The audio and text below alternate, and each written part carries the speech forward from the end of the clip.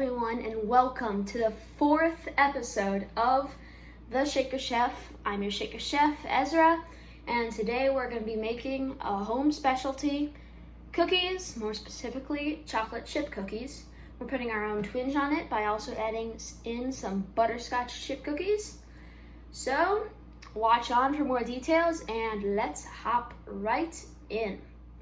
Alright, so today, like most recipes, we have a mixer, a mixing bowl, and we did this with the macarons, not the other two, but the macarons. Look back on that for more details about the mixer. So we're going to be doing something today called creaming, where it's the process of combining butter and sugar until it makes a really creamy substance. So I got a cup of regular granulated sugar here. So we're just gonna pour that into the mixing bowl. I've also got a cup of brown sugar here. We are also gonna add that to the mixing bowl. And it might seem like a lot, but I've got 1 cup of butter. That equals 2 sticks. Make sure you leave it in a pocket or just like at room temperature. And so just so it's like really soft, and that'll make it so much easier to cream it. Take my word for it, or learn the hard way. I would take my word for it, just putting that out there. Okay, so great.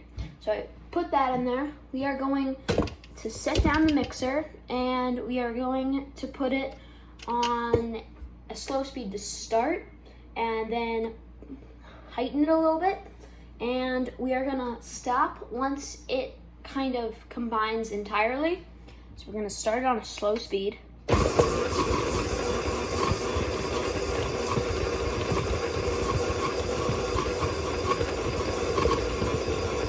might want to put your hands over the bowl like a shield for the sugar, because at first it might start to fly out. Sugar's a maniac. But yeah, so it's gonna start to clump up at first. However, it is gonna, if you wait and maybe turn it up a little bit, it's gonna turn into a creamy substance soon enough. And I will show you what that looks like. So as you can see, it is starting to get there. It is starting to look pretty creamy, kind of like you can stick your finger in, and it's just gonna be one big glob of cream. So now I will show you the next step. Alright, so our sugar and butter are creamy. So now one thing I like always adding into my recipe is eggs. It's just fun to crack them. So just beat it against the side of the bowl, get one nice big crack, and then open it up. Make sure to look in the area where you dropped the egg, make sure there's no shells. I do not see any. And so we can just throw this in the sink. If you have a compost, you can always throw the eggs in there as well. We're gonna do 2 eggs, so this is our second. No shells got in there this time either, so we're just gonna throw that in there as well. Then we are going to add in 2 teaspoons of vanilla extract, and so we're just gonna add that in there. Okay, we're gonna set it on slow speed again, combine all of them, then I'll show you the next step.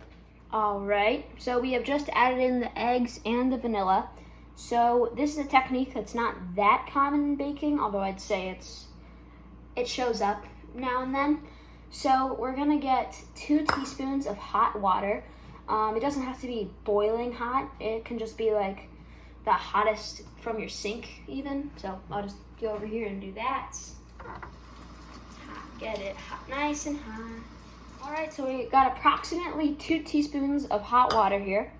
So we are also going to get 1 teaspoon of baking soda and then incorporate the baking soda into the hot water so it comes in nice and smooth in the cookies. They probably come in nice and smooth anyway, but we're just going to do this technique. So just spin it around.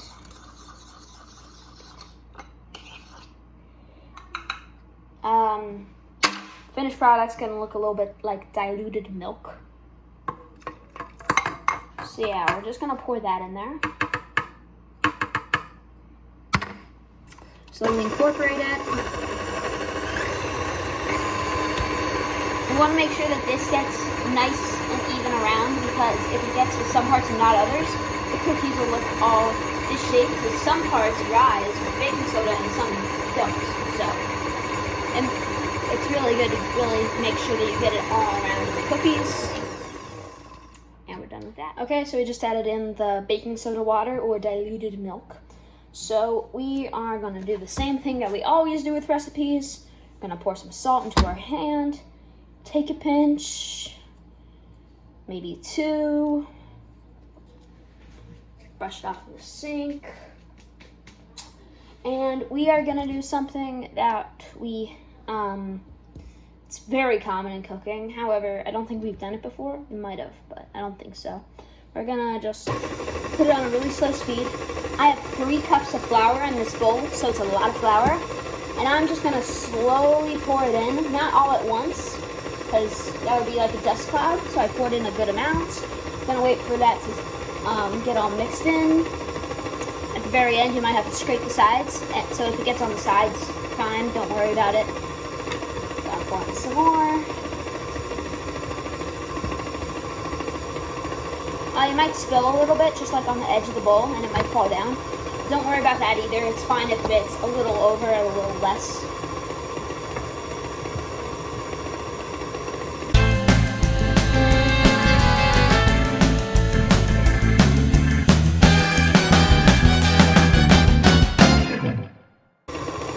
Somebody once told me that they like cooking more than baking, because cooking, there's a lot more room for you to mess up.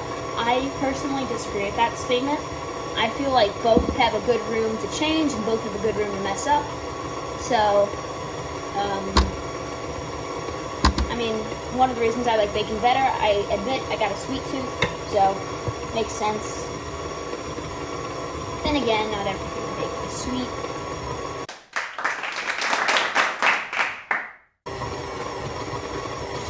Wait for all this flour to be incorporated. I got down to pretty much the last one, so we can just dump the rest in there. Maybe set on a slightly higher speed, because it's all going to clump up to the paddle, so you want to make sure it doesn't all clump up like that. Great. Okay, so now we are going to unlock the bowl. We're going to take off the paddle. There's going to be a ton of stuff stuck to it. So try to get most of it off the best you can with a spatula. Oh, jeez. Okay, so yeah, we're just gonna take that off, maybe poke a little bit between the holes of the paddle. Probably a lot stuck in there. But if you want a lot of cookies, we need a lot of batter. It's a simple philosophy.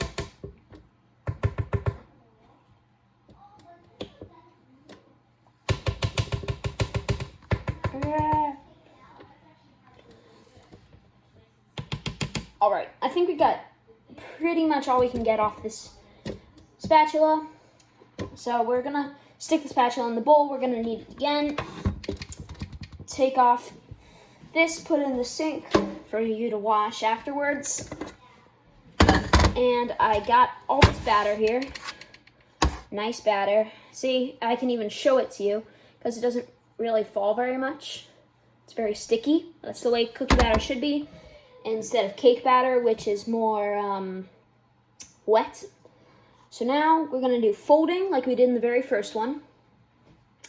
We got 1 cup of chocolate chips in here, and we got 1 cup of butterscotch chips. If you really just like chocolate chip cookies, then only do the chocolate chips. If you even have butterscotch chips, I would recommend those, because it's really nice to have a distinctly of flavor. So we're just gonna pour all of those in there. We're gonna do the very first technique that we learned in the Shaker Chef, folding. So just fold once, fold twice, and keep doing that to 1,000,000. I'm just kidding. Keep doing that until you feel like the batter is pretty well combined. Try to get all of it around the batter, but like I said, in baking, there's not a lot of room to mess up. So I don't think there's going to be a lot of, there's really no in this over folding. So if you're quite the perfectionist, then by all means, fold until a million.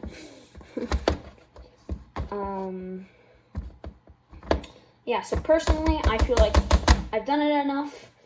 We will not need the spatula anymore, so we can throw that in the sink too. And we are going to get a baking mat, and I'll show you how to prepare it in just a sec. All right, so right now we're going to be preparing this baking mat.